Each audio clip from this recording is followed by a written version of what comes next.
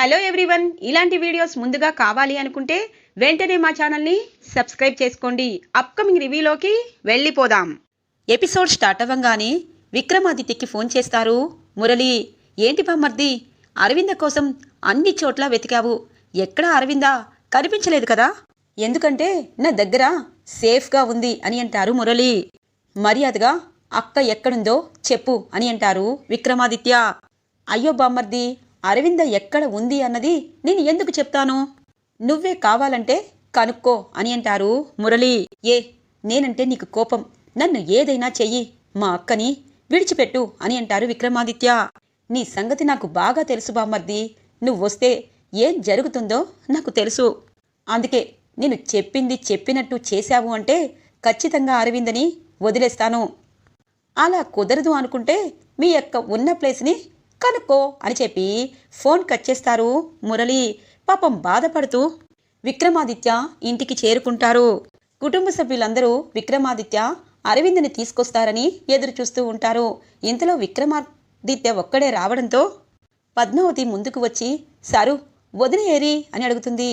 వదిన కారులో ఉన్నారా, నేను వెళ్తాను అని చెప్పి వెళ్ళబోతూ ఉంటే, ఆగు పద్మావతి అని అంటారు. ఏంది సారు, వదిన ఎక్కడా అనగానే ఇంతలో నాయనమ్మ కూడా అడుగుతుంది, విక్కీ అరవింద ఏది అనగానే, నాయనమ్మ అక్కని అనబోతూ ఉండగానే మురళి మాటలు గుర్తుకొస్తాయి. నిజమే, వాడు మూర్ఖుడు, ఖచ్చితంగా అక్క ప్రాణాలని తీస్తాడు. నేను ఇంట్లో వారికి ఈ నిజం చెప్పకూడదు, అక్కని ప్రాణాలతో కాపాడాలి. అక్క ఇప్పుడు ప్రెగ్నెంట్ అని బాధని దిగమింగుకొని, నాన్నమ్మ అక్క ఇంకా పూజలు చేయాలంట, సాయంత్రానికి వస్తాను అంది అనగానే, అదేంట్రా, నువ్వు పద్మావతి ఎంతో ప్రమాదం నుండి బయటపడ్డారు, నిన్ను చూడకుండా పూజలు చేస్తానండవేంటి, నువ్వు అబద్ధం చెప్తున్నావు అని అంటారు నారాయణ. లేదు బాబాయ్, మేము క్షేమంగా వచ్చాం కాబట్టి అక్క ఇంకొన్ని పూజలు చేసి వస్తానంది, అంతే అని చెప్పి పైకి వెళ్ళిపోతారు. ఏంటి విక్కీ సంతోషంగా వెళ్ళాడు, వచ్చేటప్పుడు ఇంత బాధగా ఉన్నాడు, ఏం జరుగుంటుంది అని అంటారు ఆర్య. అవున్నారు, నిజంగానే విక్కీ చాలా డల్గా ఉన్నాడు, అరవింద్ కూడా రాకపోయేసరికి బాధపడుతున్నాడు, వెళ్ళి కనుక్కో అనగానే, మీ అందరికీ భోజనం వడ్డిస్తున్నాను, ఆయనకి వెళ్ళి నేను అసలు విషయం తెలుసుకుంటాను, మీరు ఇప్పుడు ఆయన్ని ఏమీ అడగద్దు అని అంటుంది పద్మావతి. ఆమె, నేను అందరికీ భోజనం వడ్డిస్తాను, విక్రమాదిత్య గారిని కూడా కిందికి తీసుకునిరా అని అంటుంది అను. సరే అక్క అని చెప్పి పద్మావతి ఇక విక్రమాదిత్య దగ్గరికి వస్తుంది. ఏంది సారు ఇలా ఉండారేంటి, మిమ్మల్ని చూస్తూ ఉంటే ఏదో జరిగిందని అనిపిస్తుంది, వదిన మీతో మాట్లాడుండారా అని అంటుంది పద్మావతి. ఇక విక్రమాదిత్యకి ఏం చేయాలో అర్థం కాదు. పద్మావతికి నిజం చెప్తే ఖచ్చితంగా మళ్ళీ ప్రమాదం అంచుల దాకా వెళ్తుంది. ప్రతి విషయం తనకి చెప్పాలి అంటే నాకు కష్టంగా ఉంది, నా కష్టాన్ని తను ఇష్టంగా తీసుకొని ఆ దుర్మార్గుడి చేతిలో బలవుతుంది, వద్దు చెప్పకూడదు, నేనే అక్కని ఎలాగైనా కాపాడుకోవాలి అని చెప్పి ఆలోచిస్తూ బాధపడుతూ ఉంటారు. సారు ఒకసారి ఇటు తూరి తిరగండి అని అంటుంది. వద్దు పద్మావతి అని అంటారు. చూడండి సారు, భార్యాభర్తలన్నాక అబద్ధాలు ఆడకూడదు, అలాగే నిజాల్ని దాచకూడదు సారు, మీ కళ్ళల్లో నిజం తెలుస్తుంది. వదినకి ఏమైంది, ఆ దుర్మార్గుడు వదిన్నేదైనా చేశాడా అని అంటుంది. పద్మావతి అని చెప్పి పద్మావతిని గట్టిగా కౌగిలించుకుంటారు. సారు ఏమై ఉండది, ఇంతగా బాధపడుతుంటారు, వదిన బాగానే ఉంది కదా అని అంటుంది. బాగోలేదు, అక్క ప్రమాదంలో ఉంది పద్మావతి అని అంటారు. ఇంట్లో వారు ఎంత అడిగినా సరే మీరు చెప్పలేదు అంటే వదిన ప్రమాదంలో ఉందా, ఆ దుర్మార్గుడిని వదిన ఏదైనా చేస్తానన్నాడా అనగానే, అవును పద్మావతి అవును, ఇంట్లో వాడి నిజస్వరూపం తెలిస్తే ఖచ్చితంగా పోలీస్ కేసు పెడదాము అంటారు, అక్క ప్రాణాలతో మనకి దక్కదు, అందుకే ఇంట్లో వారెవ్వరికీ చెప్పకుండా అక్కని కాపాడాలి, అక్కని ఎలాగైనా కాపాడాలి, అక్కే నా జీవితం పద్మావతి, అమ్మ చనిపోయాక అక్క నన్ను ఎంత ప్రేమగా చూసుకుందో నీకు తెలియంది కాదు, ఆ దుర్మార్గుడు అక్కని ప్రేమిస్తున్నాను నమ్మించి తన వెనుకాల డబ్బునే ప్రేమించాడు, ఇప్పుడు అక్కని చంపడానికి కూడా వాడు వెనుకడుగు వేయటం లేదు, కనీసం ప్రెగ్నెంట్ అన్న జాలి కూడా వాడికి లేదు పద్మావతి, ఇప్పుడు అక్క ఏ పరిస్థితిలో ఉందో ఎలా ఉందో అని అంటూ ఉంటారు విక్రమాదిత్య. సారు మీరు బాధపడద్దు, వదిన్ని ఎలాగైనా కాపాడుకుందాం, వదిన్ని నేను కాపాడుతాను సారు అని అంటుంది. వద్దు పద్మావతి వద్దు, వాడి గురించి అంతా తెలిసి నిన్ను మళ్ళీ నేను బలి చేయలేను అని అంటారు విక్రమాదిత్య. ఇది ఇలా ఉండగా అరవిందకి మరొక గుడికి తీసుకువెళ్తారు మురళి. చూడండి, మీకు విక్కీ పద్మావతి అంటే ఎంత ప్రేమనుందో అర్థమవుతుంది. వాళ్ళు ఇంటికి చేరుకోవాలని మీరు నాతో ఇన్ని పూజలు చేస్తున్నారు. మీరు కూడా మార్నింగ్ నుండి ఉపవాసం ఉండి నాతో పాటు అన్ని గుళ్ళకి వెళ్ళారు. ఇంతకీ విక్కీ పద్మావతి జాడ తెలిసిందా? ఇంటికి ఫోన్ చేశారా అని అంటుంది అరవింద. అయ్యో రానమ్మా, వాళ్ళ జాడ తెలియలేదు. అందుకే కదా కటిక ఉపవాసం ఉన్నాను. నువ్వు పూజలు చేస్తున్నావు, నేను ఉపవాసం ఉన్నాను. సాయంత్రం ఇక్కడ నిప్పుల గుండం ఉందంట. దానిలో గనక మనం అడుగులు వేసుకుంటూ వెళ్తే మనం చెప్పిన కోరిక ఆ అమ్మవారు తీరుస్తారు. అందుకే ఈవినింగ్ దాకా ఇక్కడే ఉండి వెళ్దాము అనగానే, నిప్పుల గుండంలో మీరు అడుగులు వేస్తారా? వద్దు అని అంటుంది. చూడు రానమ్మా, నువ్వు బామ్మర్ది అంటే నాకు చాలా ప్రాణం. మీకోసం ఏదైనా చేస్తాను. అమ్మవారికి ఆ మొక్కు సమర్పించుకుంటే ఖచ్చితంగా పద్మావతి అలాగే ఇక విక్కీ ఇద్దరు ఇంటికి తిరిగి వస్తారు అనగానే, ఏంటో మేమంటే మీకు ఇంత ప్రేమ ఎలా వచ్చిందో. ఎందుకంటే భర్తగా నన్ను ప్రేమించచ్చు, కానీ విక్కీని కూడా మీరు ప్రేమిస్తున్నారు. నాకంటే ఎక్కువగా విక్కీని సొంత తమ్ముళ్ళ చూసుకుంటున్నారు అని అంటుంది అరవింద. విక్కీని చూసుకోవడం కాదు, నిన్ను చేసుకోవడం కాదు, మీ ఇద్దరిని అంతం చేయడమే నా ఆశయం. మీ డబ్బుని తీసుకొని పద్మావతితో ఎంజాయ్ చేయాలి. పద్మావతి ప్రతిరోజు కొత్తగా కనిపిస్తుంది. చాలా పొగరుగా అనుకున్నది ఏదైనా సాధిస్తుంది. పద్మావతి ఆడపిల్ల అంటే పద్మావతిలా ఉండాలి. అందుకే పద్మావతి అంటే నాకు అంత ఇష్టం అని మనసులో అనుకుంటారు మురళి. ఇది ఇలా ఉండగా పద్మావతి కిందికి వస్తుంది. ఆమె విక్రమాదిత్య గారు భోజనం చేయలేదు. అందరూ భోంచేశారు. తనకి ఇష్టమైన వంటలన్నీ వండావు, కానీ తను మాత్రం తినలేదు. ఏం జరుగుండాది అని అంటుంది అను. అక్క, అదేమీ లేదు అని అంటుంది పద్మావతి. ఇంతలో పద్మావతి ఫోన్ వస్తుంది. అక్క, ఫోన్ వచ్చిండాది, మాట్లాడి వస్తాను అని చెప్పి ఫోన్ తీసుకుని పక్కకి వస్తుంది పద్మావతి. అది మురళి ఫోన్ అవడంతో ఇక పద్మావతి ఫోన్ లిఫ్ట్ చేస్తుంది. హాయ్ పద్మావతి, ఎలా ఉన్నావు అనగానే, ఛీ, నువ్వు మాట్లాడుతుంటేనే కంపరం ఎక్కుతుంది అని అంటుంది పద్మావతి. బామ్మర్ది నిజం నీకు చెప్పే ఉంటాడు కదా అని అంటారు మురళి. చెప్పాడు, కానీ వదినని ఎలాగైనా నేను కాపాడుకుంటాను అని అంటుంది పద్మావతి. ఓ అలాగా, అలా అయితే ఇప్పుడు కాపాడు పద్మావతి అని చెప్పి ఇక అరవింద తింటున్న పులిహారలో మత్తుమందుని కలిపి ఇక అరవింద్కి ఇచ్చిన వీడియోని వాట్సప్ చేస్తారు మురళి. ఇంకాసేపట్లో ఈ పులిహార తినబోతుంది మీ వదిన గారు రానమ్మ. దీర్ఘ నిద్రలోకి జారబోతుంది. ఎందుకంటే తమ్ముడు కోసం గుడులు మొత్తం తిరిగి ఇక కడుపుతో లో బీపీ వచ్చి చనిపోయిందని అందరూ అనుకుంటారు అనగానే, ఇక పక్కనే ఉన్న అను ఉందని పద్మావతి ఏం చెప్పాలో అర్థం కాదు. ఇక బయట గార్డెన్లోకి వస్తుంది. ఒరేయ్ పాపాత్ముడా, ఎందుకిలా పాపాలని మూటగట్టుకుంటున్నావు? ఒక నిండు గర్భిణికి ఇంతగా టార్చర్ చేయడానికి నీకు మనసెలా ఒప్పిందిరా అని అంటుంది పద్మావతి. నా మనసుకి గాయం నువ్వే చేశావు పద్మావతి. ఒకటి మాత్రం నిజం, ఆస్తి ఎలాగూ నేను సొంతం చేసుకోవాలనుకుంటున్నాను, కానీ నువ్వే నా టార్గెట్. నీకు ఇంకా ఫస్ట్ నైట్ కాలేదని నాకు తెలుసు. అందుకే నీకోసం మంచి హోటల్ రూము బుక్ చేశాను. ఈరోజు నైట్ మనిద్దరికీ ఫస్ట్ నైట్ ఏర్పాట్లని చేయించాను. ఒకే ఒక్కరోజు నాతో ఉండు, నీకు స్వర్గం అంచుల దాకా తీసుకువెళ్తాను. బామ్మర్దిని ఎందుకు పట్టుకుని వేలాడుతున్నావు అని అంటారు మురళి. ఒరే మూర్ఖుడా, నువ్వు మాట్లాడుతూ ఉంటే నేనేం చేస్తానో నాకు తెలీదు. ఎదురుగా లేకపోయి బ్రతికిపోయి ఉండావు. నా గురించి నీకు పూర్తిగా తెలుసు కదా అనగానే, సరే పద్మావతి, ఆల్ ది బెస్ట్. నేను హోటల్ రూమ్ చెప్తాను. వదిన, మీ వదిన అరవింద రానమ్మ బ్రతికి బట్ట కట్టాలి అంటే నువ్వు ఖచ్చితంగా నేను చెప్పిన చోటికి వస్తున్నావు. నువ్వు విక్కీకి ఏం చెప్పాలనుకుంటున్నావో, ఏం చెప్తావో నాకు అవసరం లేదు. విక్కీకి అన్ని నిజాలు తెలిసిపోయాయి. నువ్వు ఏం చెప్పినా నమ్మేస్తాడు.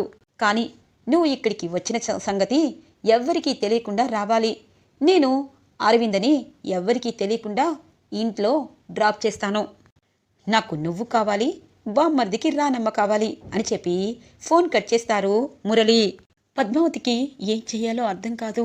ఆ దుర్మార్గుడు నన్ను కోరుకుంటున్నాడు. వదినని చంపేస్తాను అంటున్నాడు. వదిన ఏదైనా అయితే విక్రమాదిత్య బ్రతకరు. నేనేం చెయ్యాలి? ఏం చేస్తే వదిన్ని కాపాడుకోగలను? ఈ విషయం విక్రమాదిత్యకి తెలిస్తే ఖచ్చితంగా వాణ్ణి ఎక్కడున్నా వెతికెతికి చంపేస్తారు. అటువైపు వాడి ప్రాణాలు పోతాయి, వదిని ప్రాణాలు పోతాయి. ఎవరికీ తెలియకుండా నేనే వదిన్ని కాపాడుకోవాలి అని చెప్పి విక్రమాదిత్య దగ్గరికి భోజనం తీసుకుని వెళ్తుంది పద్మావతి.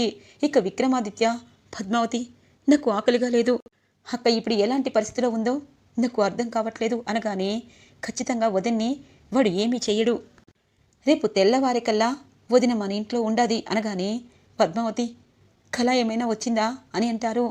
లేదు సారు, నిజం చెప్తున్నాను, మనల్ని కూడా వెంటాడాడు, కానీ మనం కూడా వచ్చేసాం. వదిన కూడా వాడి నిజస్వరూపం తెలుసుకొని ఖచ్చితంగా వస్తుంది, మీరేమీ ఎక్కువగా బాధపడద్దు అనగానే, పద్మావతి నువ్వు చెప్పిందంతా నిజమైతే బాగుంటుంది. అక్క నేను నిద్ర లేగవగానే ఇంటి ముందు ఉండి విక్కీ అని నన్ను నుదుటిపై ముద్దు పెట్టుకుంటే ఎంత బాగుంటుందో కదా అని అంటారు. అలాగే జరుగుతుంది సారు, మీరు భోజనం చేయండి అనగానే, పద్మావతి నువ్వు భోజనం చేశావా అని అంటారు. నేను చేశాను సారు అని అంటుంది. నువ్వు చేస్తే నేను చేసినట్టే అనగానే, అలా ఎలా అవుతుంది సారు, ముందు మీరు భోజనం చేయండి అని చెప్పి ఇక విక్రమాదిత్యకి అన్నం తినిపిస్తుంది పద్మావతి. ఇది ఇలా ఉండగా, రానమ్మా నిద్రపో, నేను వెళ్ళి గుడిలో నిప్పుల గుండం దగ్గరికి వెళ్ళి చేసి రావాలి అనగానే, వద్దండి అని అంటుంది. చూడు రానమ్మా, బామ్మర్ది రేపు పొద్దున మన ఇంటి ముందుకు రావాలి అంటే నేను ఈ పని చెయ్యాలి, దేవుడు ఉన్నాడని మనం నమ్ముతాం కదా అని చెప్పి అరవింద్కి చెప్పి బయటికి వస్తారు. ఇక తన అనుకున్న హోటల్ రూమ్కి వెళ్తారు మురళి. ఇక రూమ్ అంతా ఫస్ట్ నైట్ ఏర్పాట్లన్నీ పూలతో, లవ్ సింబల్తో అంతా డెకరేషన్ చేస్తారు. చూడు పద్మావతి, నిన్ను మనసారా ప్రేమించాను, ఇష్టపడ్డాను, కానీ బామ్మర్ది నిన్ను పెళ్లి చేసుకున్నాడు. నిన్ను ఎంతగా బాధ పెట్టినందుకు నన్ను నేనే శిక్షించుకోవాలి. ఈరోజు నువ్వు నా దానివవుతావు. నీలాంటి గట్సున్న పద్మావతి నా సొంతం అవుతూ ఉంటేనే నాకు చాలా హ్యాపీగా ఉంది అని చెప్పి మనసులో ఇక ఆ పరుపు వైపు, మంచం వైపు చూస్తూ ఆలోచిస్తూ ఉంటారు. పద్మావతి ఖచ్చితంగా వస్తుంది, ఎందుకంటే తనకి విక్కీ అలాగే అరవింద అంటే పంచప్రాణాలు. కుటుంబ సభ్యులకి ఏదైనా వస్తుంది అంటే ముందుగా వస్తుంది, అందుకే తనకు ఫోన్ చేసి అసలు విషయం చెప్పాను అని అనుకుంటారు. ఇది ఇలా ఉండగా పద్మావతి చక్కగా రెడీ అవుతుంది.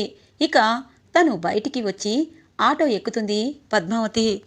ఆటోలో విక్కీకి తనకున్న బంధాన్ని గుర్తు చేసుకుంటుంది. తమ ప్రేమ బంధం ఎంత బలమైంది అన్నది గుర్తు చేసుకుంటుంది. విక్రమాదిత్య గారికి నేను అన్యాయం చేస్తున్నాను, కానీ వదిన ప్రాణాలతో ఉండాలి. వదిన విక్రమాదిత్య ఒకటిగా ఎప్పుడు ఒక అన్నదమ్ముల బంధానికి మారుపేరుగా ఉండాలి. పద్మావతి ఈ రోజుతో చచ్చిపోబోతుంది, వదినని కాపాడి చచ్చిపోతుంది అని చెప్పి మనసులో అనుకుంటూ ఇక హోటల్ రూమ్ దగ్గరికి దిగుతుంది పద్మావతి. ఇది ఇలా ఉండగా పద్మావతి ఫోన్ని ఇక విక్రమాదిత్య చూస్తారు. ఏంటి పద్మావతి ఎక్కడుంది అని చెప్పి కిందికి వస్తారు. ఇక అను, విక్రమాదిత్య గారు ఏం కావాలి అనగానే, పద్మావతి ఏది అని అడుగుతారు. అమ్మి ఇక్కడెక్కడ ఉండాది అని చెప్పి నేను వెతుకుతాలే అని చెప్పి విక్రమాదిత్య అంతా వెతుకుతూ ఉంటారు. ఫోన్ ఒక్కసారిగా చెక్ చేస్తూ ఉంటారు. ఇక అరవింద వాట్సాప్లో ఉన్న వీడియోని చెక్ చేస్తారు. అంటే ఖచ్చితంగా వాడు పద్మావతిని బెదిరించాడన్నమాట. పద్మావతి ఒంటరిగా తన దగ్గరికి వెళ్ళిందా? ఇటు పద్మావతిని, అటువైపు అరవిందని ఇద్దరిని రిస్కులో పెడతాడు. పద్మావతి నాకు చెప్పకుండా ఎందుకు వెళ్ళావు?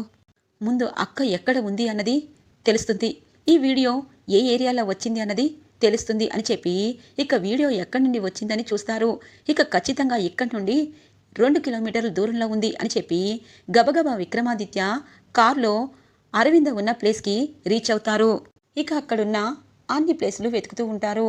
ఇక అరవింద నిద్రలో ఉండడంతో అక్క అక్క అని పిలుపు వినిపిస్తుంది. ఒక్కసారిగా నిద్రలోండి బయటికి వస్తుంది అరవింద. కిటికీ దగ్గరికి వస్తుంది. దూరంగా విక్రమాదిత్య కనిపిస్తారు. విక్కీ విక్కీ ఇక్కడే ఉన్నాడు, విక్కీ అని పిలుస్తుంది కిటికీలో నుండి.